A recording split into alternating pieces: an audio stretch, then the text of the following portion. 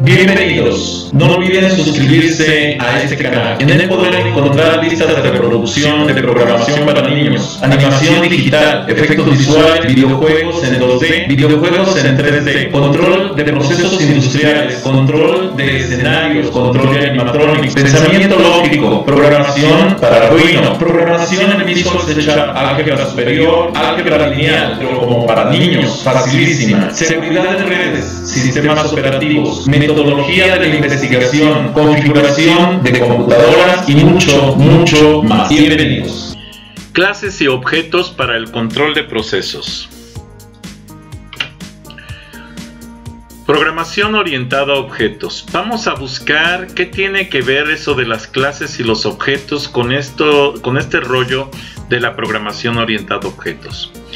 Voy a comentárselos enfocado hacia lo que es el control de procesos, porque en la actualidad la mayoría de los proyectos de programación se realizan con base a la estructura, al paradigma de programación orientado a objetos, y cada cosa que nosotros vamos a controlar en una línea de producción, en un proceso, en un videojuego, en un control de escenarios, en un control de una planta, va a ser precisamente en base a ese paradigma de programación orientada a objetos, considerando las clases como padres de los objetos que vamos a manipular. Nosotros no vamos a trabajar o a manipular las clases, pero sí los objetos, y necesitamos comprender toda esa teoría que lo soporta. Por eso empezamos desde aquí.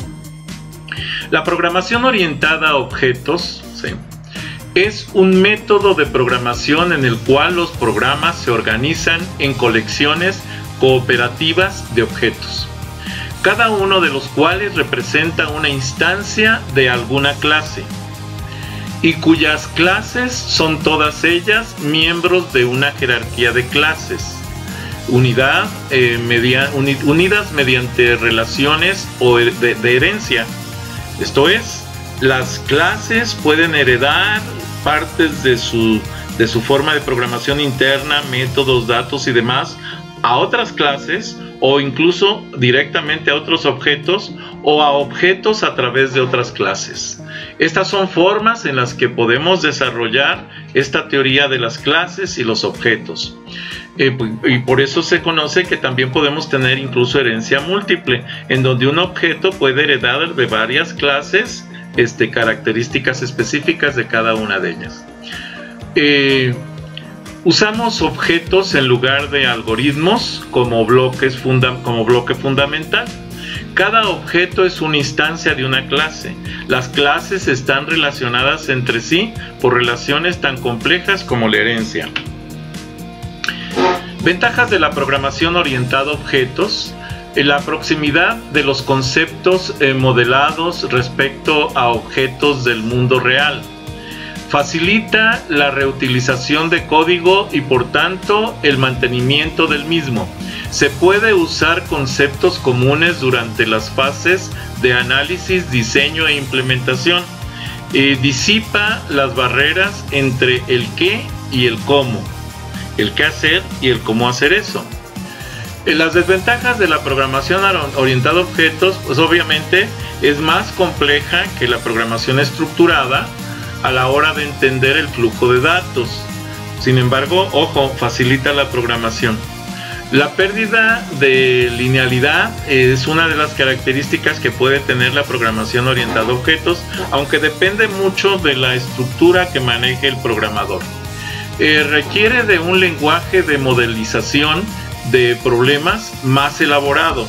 Normalmente utilizamos para modelar un programa, un proceso, un problema, lo que se conoce como Unified Modeling Language, que es el lenguaje unificado, modelado unificado, que es la representación gráfica más complicadas que las estructuradas, pero que necesitamos comprender las estructuras para poder llegar a este tipo de programación.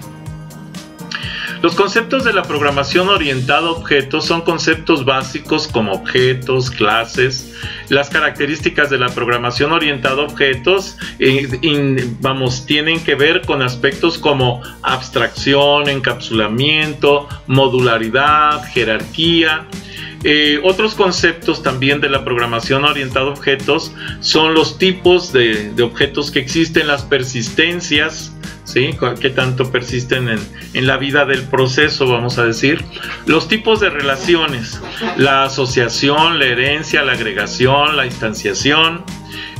Las representaciones gráficas, diagramas estáticos de clases de objetos y diagramas dinámicos de interacción de ambos.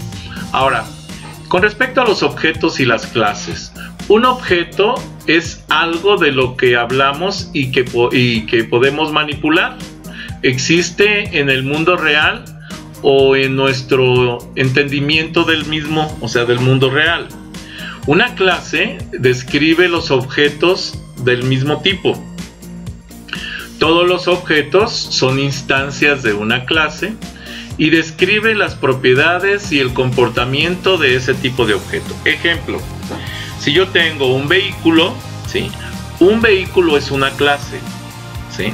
Si dentro de ese vehículo yo describo un Volkswagen es un objeto de tipo vehículo. Va a tener 4 llantas de caucho que van a servir para el rodamiento sobre una superficie de asfalto, con un motor, volante, un sistema de dirección, un sistema de frenado, sistema de luces. Eso son los componentes que tiene todos los vehículos. Pero en particular el Volkswagen tiene características propias que son hereda parte de la herencia y además toma partes de sí mismo como objeto específico. Objeto y clase. Entonces decíamos que la clase nos ofrece los atributos, las operaciones, ¿sí? Mientras que el objeto toma los valores de la clase con respecto a los atributos, los valores y demás, y también puede tomar ciertas operaciones. Los conceptos de programación orientada a objeto, decíamos abstracción. ¿Qué es la abstracción? Bueno, es aquello que nos permite llevar a nuestra mente, lo vimos en un video anterior, que una figura la podamos relacionar directamente en nuestra mente con por ejemplo, con un ser animado, con un animal, etcétera, o con una representación específica. Nos permite trabajar con la complejidad del mundo real, resaltando los aspectos relevantes de los objetos de una clase, ocultando los detalles particulares de cada objeto. Separarnos o separaremos el comportamiento de la implementación. Ahorita vamos a llegar a ese detalle. Es más importante saber qué hace algo en lugar de cómo lo hace, ¿sí? A mí me interesa saber, por ejemplo, qué hace una herramienta y cómo lo hace. No me interesa saber qué hace, porque eso es lo que yo voy a aplicar, ¿sí? Por ejemplo, un sensor de temperatura se define porque mide la temperatura, nos muestra su valor y se puede calibrar. Es un sensor de temperatura. Ahora, ¿cómo mide la temperatura? Que si la mide por una columna de mercurio, o la mide por la dilatación de un metal, o la mide por un componente electrónico, no sé, eso no me interesa. Me interesa que me muestre una lectura que me dice qué es la temperatura que estoy midiendo, punto. Eso es lo que me interesa. ¿Qué hace? Medir la temperatura. No sabemos, no nos importa realmente cómo mide la temperatura, de qué está hecho o cómo se calibra, ¿sí? Lo único que nos interesa es saber que mide la temperatura y que me dice cuál es la temperatura. Y esa es la parte fundamental precisamente de la teoría de la programación orientada a objetos, que el encapsulamiento hace que yo no necesite ver lo que hay dentro de un objeto, pero sí saber cómo utilizar ese objeto para hacer algo. En este caso, el ejemplo, un termómetro, ¿no? O un sensor de temperatura. Los conceptos entonces de abstracción en la programación orientada a objetos, tenemos que la abstracción no es única. Por ejemplo, un coche puede ser una cosa con ruedas, motor, volante y pedales y tener un conductor. Algo capaz de transportar personas, como un taxi. Una caja que se mueve en un simulador de tráfico. Un conjunto de piezas que ocupa un fabricante para construir un coche. Entonces vean que existen muchas cosas, pero ¿qué es un coche? Pues es, como ya lo describimos al principio, una cosa que tiene ruedas, motor, volante y pedales. Muy bien, ahora, el concepto de la programación orientada a objetos, uno de esos conceptos es el encapsulamiento. Ninguna parte de su sistema complejo debe depender de los detalles internos de otra, completamente a la abstracción. Ejemplo, se consigue separando la interfaz de su implementación. Esto es, ocultando la información interna de un objeto y escondiendo la estructura e implementación de los métodos o algoritmos. Exponiendo solo la forma de interactuar con el objeto para poder hacer lo que hace ese objeto, que es lo que nos interesa. Ejemplo, si nosotros vemos un paralelogramo, ¿sí? Decimos un paralelogramo, dice, vemos que se puede construir con el dichoso paralelogramo, a lo mejor lo utilizamos para base, una proyección, etcétera. Eso lo podemos utilizar nosotros, pero ya sabemos lo que es. Ahora, ¿cómo lo construimos? Eso no nos interesa. Está construido, se llama paralelogramo, ahí está, úsalo, ¿sí? Esa es precisamente la característica del encapsulamiento. ¿Cómo lo construiste? No lo sé ahorita, no me interesa. Lo que me interesa, bueno, me interesa en el momento de programar, pero ahorita no. Ahorita lo que me interesa es que existe y que lo puedo utilizar. Vamos, a mí me gusta más el ejemplo del televisor. Yo puedo ver en un televisor imágenes, programas de televisión y cosas, pero ¿sé cómo se forma todo eso internamente? No. Los niños, por ejemplo, ven la televisión sin interesarles realmente cómo se forman las imágenes, cómo escuchan el sonido, cómo ven a sus personajes favoritos en la tele haciendo lo que se les ocurra. Bueno, eso es precisamente la parte de lo que es el encapsulamiento. No me interesa cómo ocurren las cosas por dentro del objeto, siempre y cuando el objeto haga lo que yo necesite. ¿Ok? Aquí, por ejemplo, me dice que para construir el paralelogramo me dice 4 puntos y restricciones. Un punto y 2 vectores. Un punto y un vector, un ángulo y un lado. Y entonces yo puedo decir, bueno, mira, lo más fácil, para construir un paralelogramo, agarra, traza 2 líneas, márcales un ángulo agudo, genera un ángulo complementario obtuso. ¿Sí? Quiere decir que para que sea agudo y obtuso, la suma de estos 2 ángulos debe de ser 180 grados. Un ángulo agudo, un ángulo obtuso. Y lo mismo, repite estos ángulos a contraesquina. Y eso nos va a dar directamente el paralelogramo, punto. ¿Sí?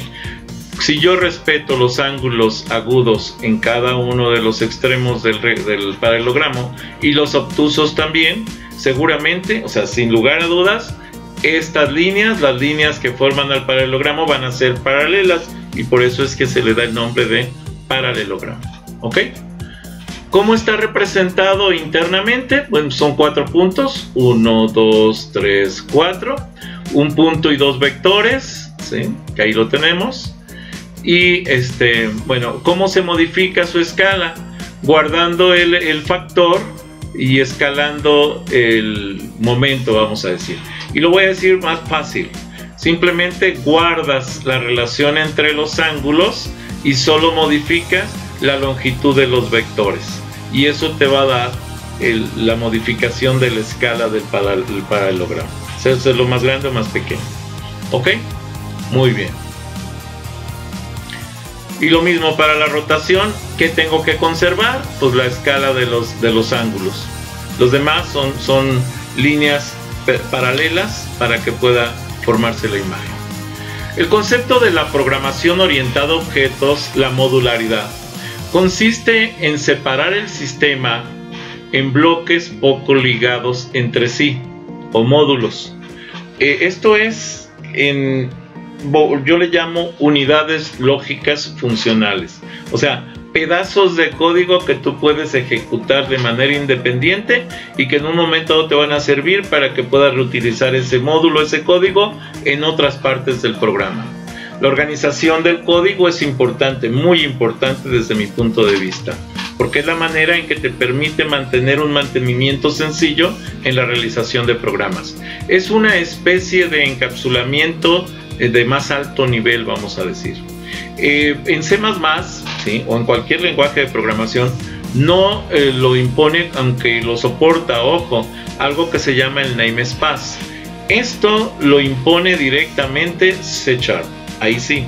Mientras que en Java es más formal y utiliza algo llamado packages. Sin embargo, el C++ soporta el namespace, pero el que lo impone correcto, así completamente, es el C#. Difícil pero muy importante en sistemas grandes. Suele aplicarse refinando, vamos a decir, el sistema en sucesivas interacciones. O sea, haces una primera edición de tu proyecto, lo modificas, lo acondicionas, lo acomodas, lo mejoras, haces una segunda edición y así sucesivamente. Se dice que se lleva a cabo un versionamiento del programa. Esto es, se generan versiones del mismo. Cada módulo debe definir una interfaz clara para entender lo que está haciendo. Así vamos a tener, por ejemplo, que los conceptos de la programación orientada a objetos, en lo que es la modularidad, nosotros podemos, el ejemplo de simulación, un detector, cualquier detector, vamos a decirlo así, puede dividirse en los siguientes módulos. Primero, la geometría describe el detector físicamente, forma materiales, la forma que tiene los materiales, los tamaños, puede ser textura, color, las propiedades físicas, conductividad, etcétera. Y entonces esta es geometría. Luego vienen las partículas cuya interacción nos interesan, cómo interactúan unas con otras dentro del sistema. Luego vienen los procesos. Aquí enlazamos la información del detector, por ejemplo, la materia con las propiedades de las partículas, etc. Podríamos dividir el módulo de procesos en procesos electromagnéticos, procesos hadrónicos, por ejemplo, dependiendo del tipo de proyecto que estemos llevando a cabo. Y lo mismo podríamos hacerlo con las partículas, leptones, hadrones. Voy a aclarar esto. ¿Qué es todo este rollo que estoy mencionando? Son partículas de la física cuántica, de los estudios, modernos de la física cuántica, en donde ya sabemos que existen no solo protones, neutrones y electrones, sino una serie de componentes de los átomos que tienen que ver con la forma de comportamiento de cada una de las partículas subatómicas, y a eso se refiere todo esto. Y obviamente aquí estamos hablando de un simulador detector de esas partículas subatómicas. Vamos, conceptos de programación orientada a objetos, jerarquía. La jerarquía nos ofrece una clasificación o ordenamiento de las abstracciones. Y hay dos jerarquías fundamentales. La estructura de clase, que en la jerarquía es una, y las relaciones, que son la herencia, que es lo que contiene esta clase y que permite que se le herede, que se le dé a los objetos que va a conformar. La otra es la estructura del objeto, que es una jerarquía de una parte de una clase. Relaciones de agregación, puede agregar una o varias clases a sí mismo. Está implementada de manera genérica en la estructura de clases. Ejemplo, figuras planas y diagramas. Una figura plana es algo con una posición en el plano, escalable y rotable. Si es una figura plana, únicamente estaríamos trabajando 2 dimensiones, nada más. La herencia simple, tenemos por ejemplo un cuadrado, es una figura plana, un círculo es una figura plana. Un gráfico es algo que se puede dibujar en 2D. La herencia múltiple es una figura, es un gráfico como esto, y es 2D. Un diagrama es un conjunto de cuadrados y círculos, esto es, se llama agregación. Agrega las características de la clase cuadrado y las características de la clase círculo y las pones en un solo diagrama. Y entonces esto nos conforma precisamente una agregación. Agregación de la herencia de 2 clases específicas.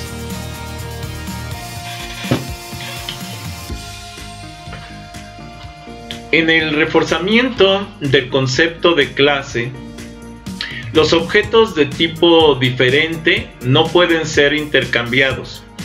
El C++, por ejemplo, y el Java son lenguajes fuertemente tipeados. O sea, definen los tipos de datos fuertemente, específicamente. Ayuda a corregir errores en tiempo de compilación. Pero ojo, de una vez aclaro, estas características de ser un lenguaje tipeado te ayuda a corregir errores, pero errores normalmente de sintáctica. En errores de semántica es mucho más complicado porque el sistema puede llegar a resolver una ecuación, por ejemplo, pero a lo mejor si manejaste mal cierto concepto o cierta forma de operación, no vas a llegar al resultado que estás buscando, y esos errores que no te los va a marcar la máquina como si fueran errores al compilar, ¿sí? Porque para la máquina está bien, nada más que lo que estás haciendo es diferente a lo que tú, por ejemplo, si tú tienes A igual a B más C y al transcribirlo a la computadora le pones A igual a B menos C, las operaciones son buenas para la máquina, la compilación es correcta, el resultado al que vas a llegar es incorrecto.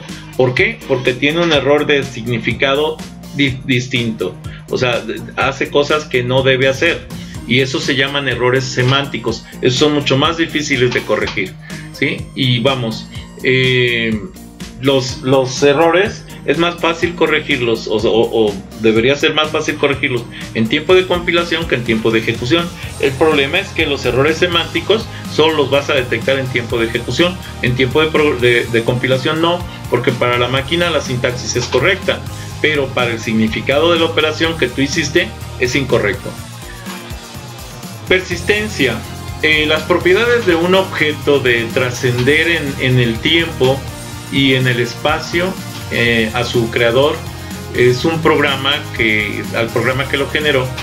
No se trata de almacenar solo el estado de un objeto, sino toda la clase, incluido su comportamiento.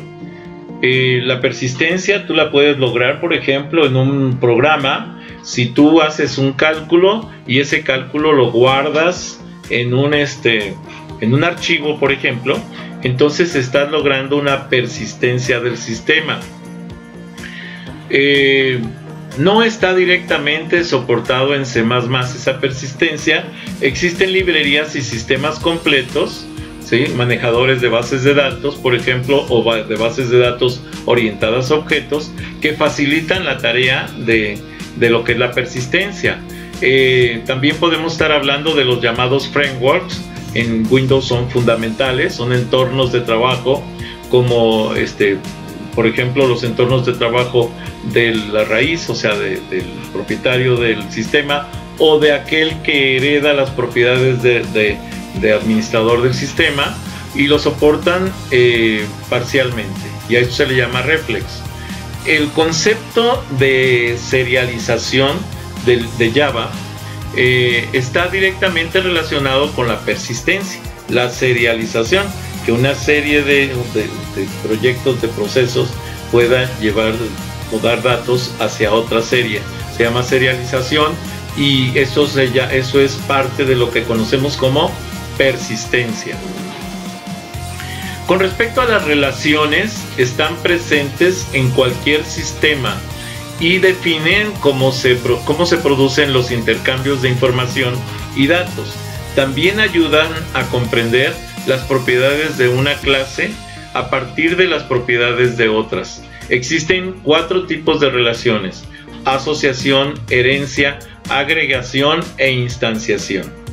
De hecho, en la programación visual se utilizan pues casi todas, ¿ok? O todas. La relación de asociación. La relación más general denota una dependencia semántica, o sea, de significado. Es bidireccional. El primer paso para determinar una relación más compleja. Ejemplo, la relación entre un producto y una venta.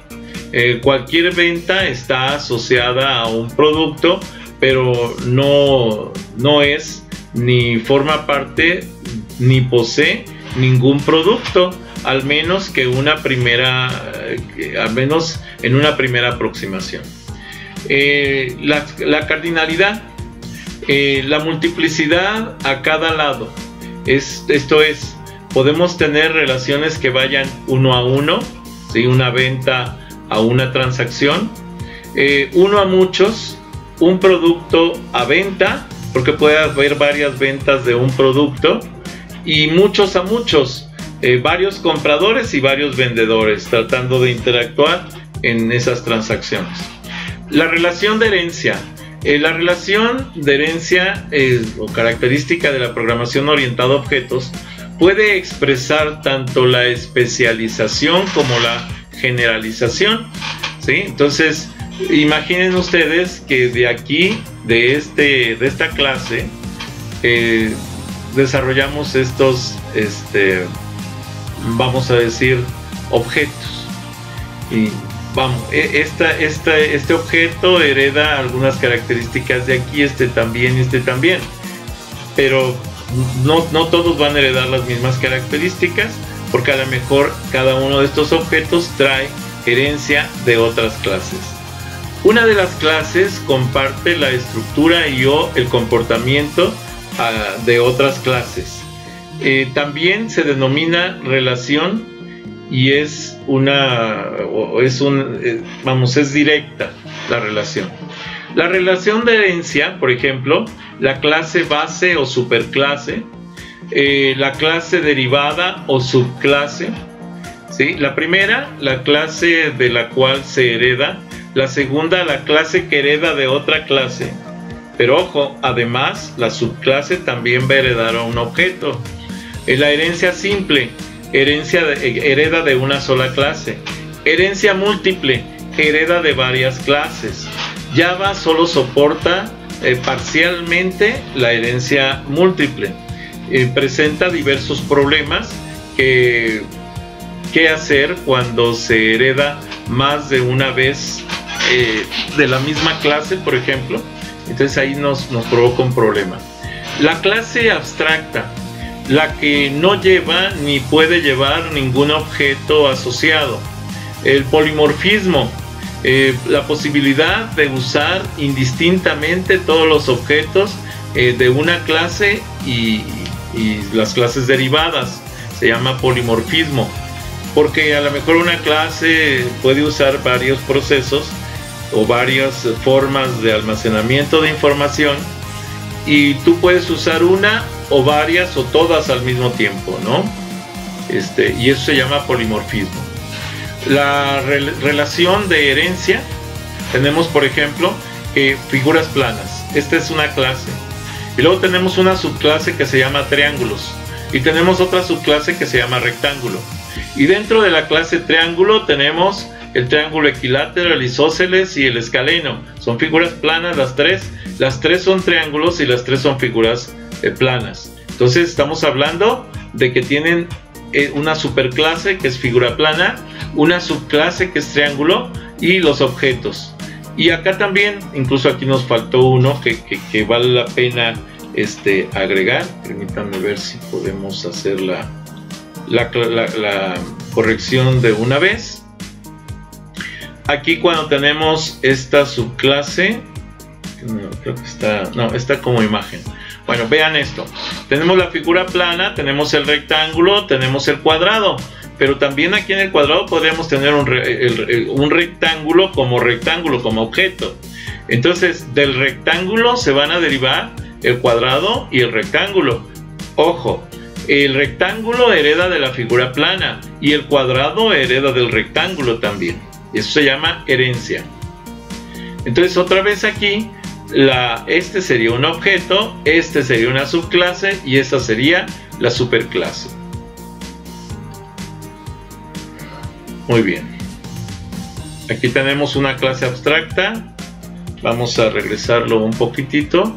Aquí tenemos un polimorfismo que es, podemos usar uno o los tres, ¿sí? A ver, permítanme, a ver si podemos. Aquí tenemos una subclase porque de aquí podemos derivar objetos, entonces todavía que serían cuadrados. Todo lo que salga de aquí son cuadrados, sería una subclase. Lo de aquí sería un rectángulo y entonces tenemos subclase, superclase y ojo, estaríamos hablando ya entonces de una clase abstracta.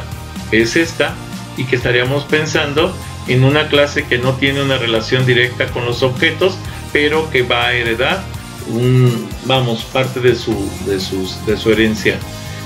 Y bueno, esta sería la forma de estructurar o de manejar la jerarquía dentro de la programación orientada a objetos. La relación de agregación. Una clase contiene otra clase. Esta es parte de aquella. También se denomina relación es parte de o has a. Una clase puede contener a otra, ya sea por valor o por referencia. Cuando los objetos de la clase contenida se crean y se destruyen al mismo tiempo que los de la clase que la contiene, entonces es una clase por valor. Pero si no, cuando no necesariamente ocurre esto, o sea que pueden persistir, entonces es una clase por referencia. Ok, con respecto a la relación de agregación, veamos, un coche, ¿sí?, está hecho por volante, palanca de cambios, motor, ruedas, aquí los tenemos. Vamos, ese es el coche como tal.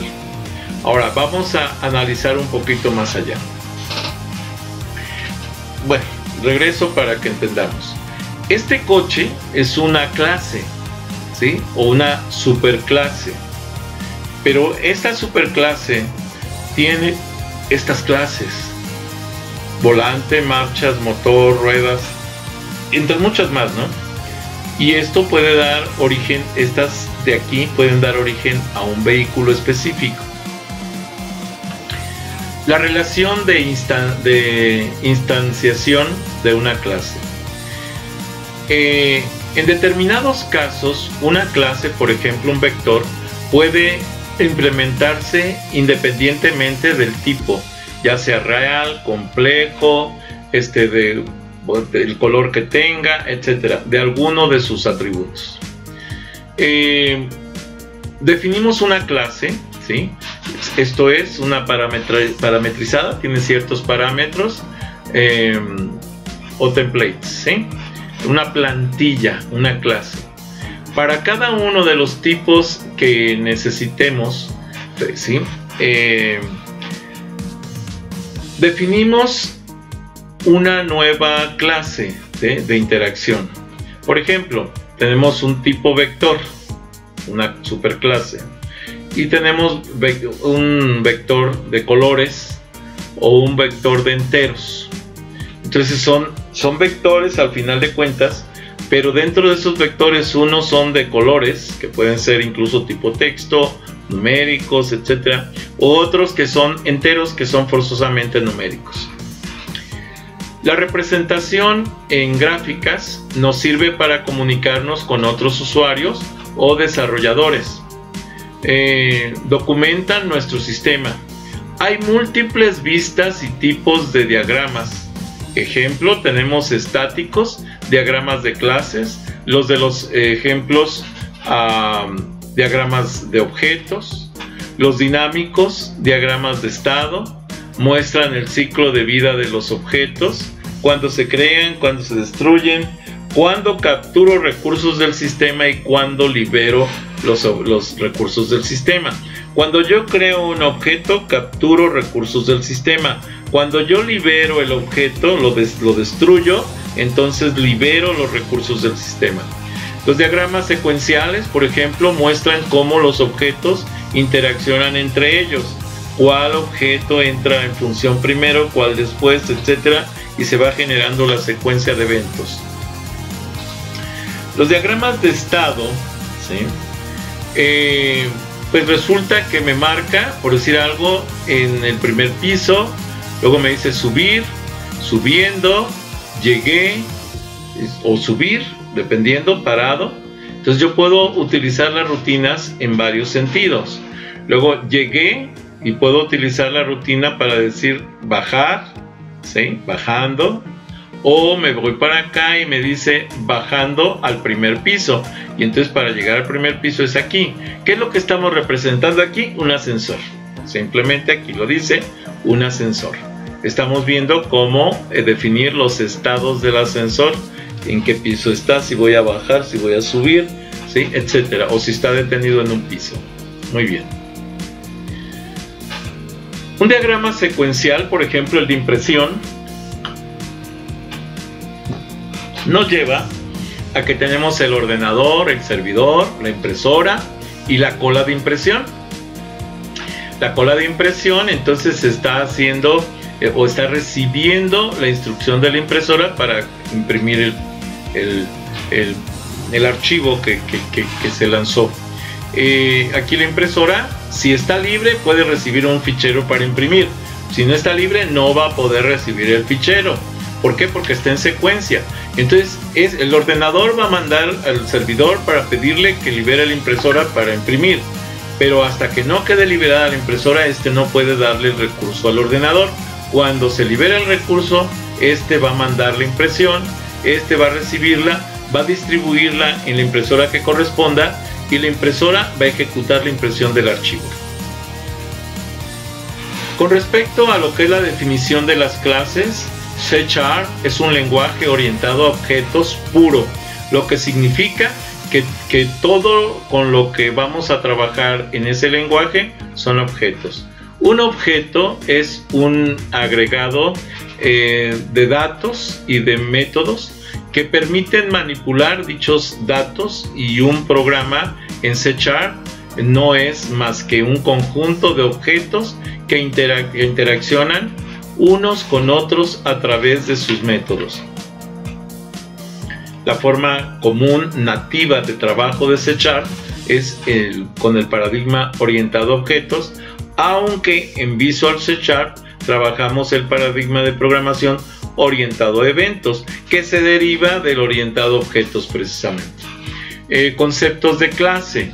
Una clase es la definición de las características concretas de un determinado tipo de objetos, es decir, de cuáles son los datos y los métodos de los que van a disponer todos los objetos de este tipo. La declaración de una clase.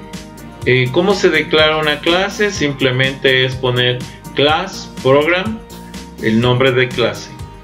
Y vamos, aquí pueden ser clases de tipo métodos, constructores, campo e instancia y por ejemplo estáticos, la sobrecarga de operadores, las propiedades, los indexadores, los delegados, los eventos, delegados o delegates que se le conocen, las clases y otros. Estas son, vamos, componentes dentro de una clase. No necesita llevarlos todos, ¿sí? Esos son algunos de los que podemos poner. Con respecto a lo que es la clase, tenemos que definir el nombre de la clase y después cada uno de los eventos que queramos que conformen esta clase. Aquí tenemos un ejemplo. Dice clase ejemplo. Static void main string args. Esto es, declaro un procedimiento principal llamado main, que va a ser de tipo estático y que no va a devolver o a tomar ningún valor, excepto lo que nosotros proporcionamos como argumentos, en este caso cadenas de caracteres strings. Y me dice que el nombre de la clase es objeto igual a new nombre de clase. Quiere decir que la clase se llama nombre clase, ¿sí? Nombre clase. Y el objeto se va a llamar objeto. Y este va a ser una nueva instancia de la clase. Y bueno, nombre clase es lo que viene ahí. ¿Qué hace? Por lo pronto nada, pero aquí puedo hacer lo que yo quiera. Ejemplo. Clase ejemplo. Static void main. Aquí tenemos por la declaración del programa principal. Luego, forma estándar de crear objetos. Entonces me dice árboles A1 igual a new árboles. Árboles A2 igual a new árboles. Estoy creando dos instancias de árboles. Luego, otra forma de definir un objeto, árboles A3, punto y coma. Esta es una forma explícita, definiendo qué tipo de objeto quiero. Y esta es una forma implícita, donde va a agarrar la clase y va a formar el objeto. A3 es igual a new árboles, que sería de esta manera. Primero creo dónde voy a guardar la información y después la creo como una instancia de clase. Aquí estoy separando estas dos líneas de programación, igual aquí.